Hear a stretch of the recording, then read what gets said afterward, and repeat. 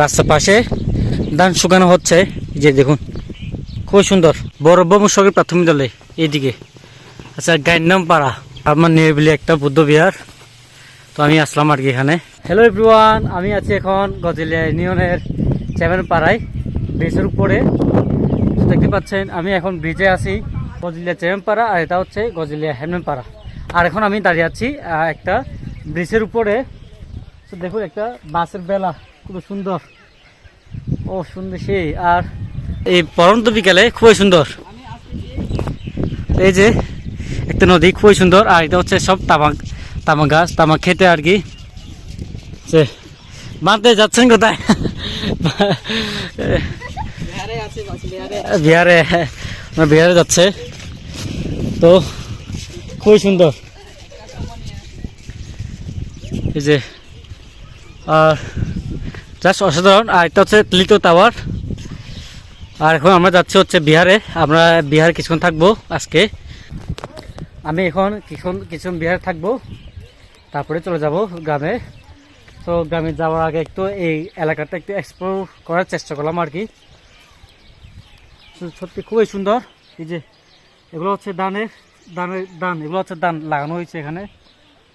আর এটা হচ্ছে বিহার।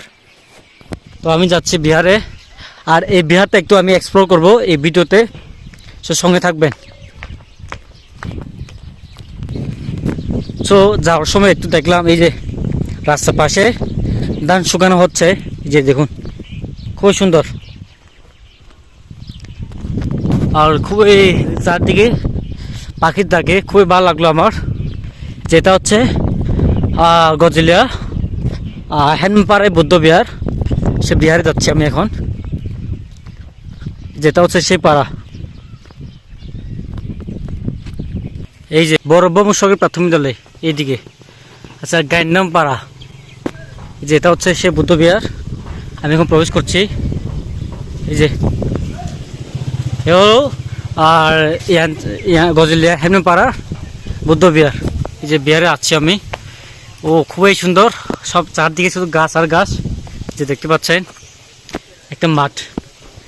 তো খুবই সুন্দর বিহারটা, আমার নিরিবিলি একটা বুদ্ধ বিহার। তো আমি আসলাম আর কি এখানে। খুবই সুন্দর, চারদিকে গাছ আর বুদ্ধ বিহার। তো আমি প্রবেশ করলাম বিহারে। এখানে আমি কিছুক্ষণ থাকবো, তারপর চলে যাব। এই হলো সেই বিহার, খুবই সুন্দর।